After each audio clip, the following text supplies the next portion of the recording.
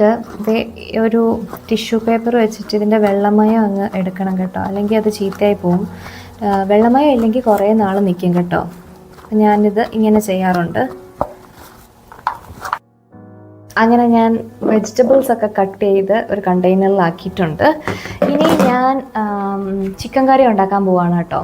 ഞാൻ അവിടുന്ന് കുറച്ച് ഫ്രൂട്ട്സ് കൂടെ വാങ്ങിയിട്ടുണ്ടായിരുന്നു കേട്ടോ. അത് ഞാൻ വന്നപ്പോൾ തന്നെ കഴുകി വൃത്തിയാക്കി ഒരു കണ്ടെയ്നറിലാക്കി വെച്ചിട്ടുണ്ടായിരുന്നു കേട്ടോ. നല്ല മധുരമുള്ള മുന്തിരിങ്ങയും പിന്നെ കുറച്ച് ചെറിയുമാണ് കേട്ടോ വാങ്ങിയത്. പിന്നെ ഞാൻ മാങ്ങ വാങ്ങിച്ചിട്ടുണ്ടായിരുന്നു, അത് ഞാൻ ഈ ഫ്രൂട്ട് ബൗളിലാക്കിയിട്ടുണ്ട്.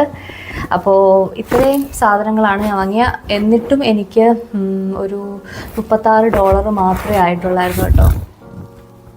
ഇത്രയും സാധനങ്ങൾ നമ്മുടെ കോൾസിന്നോ വോൾവർത്തിന്നോ ഒക്കെ വാങ്ങുകയാണെങ്കിൽ അറൗണ്ട് ഒരു 60+ ആയേനെ, 60-70 ആ ഒരു റേഞ്ച് വന്നേനെ കേട്ടോ. പക്ഷേ ഇപ്പോൾ എനിക്ക് $36 മാത്രമേ ആയിട്ടുള്ളായിരുന്നുള്ളൂ. അതാണ് ഈ പാർക്ക്ലേ മാർക്കറ്റിൻ്റെ ഒരു പ്രത്യേകത. ചിക്കൻ കഴിഞ്ഞ ഒരു മിഡ് വീക്കൊക്കെ ആയപ്പോൾ വാങ്ങിയതിരിപ്പുണ്ടായിരുന്നു. അത് ഞാൻ കട്ട് ചെയ്ത് മാരിനേറ്റ് ചെയ്ത് വെച്ചിട്ടുണ്ട്.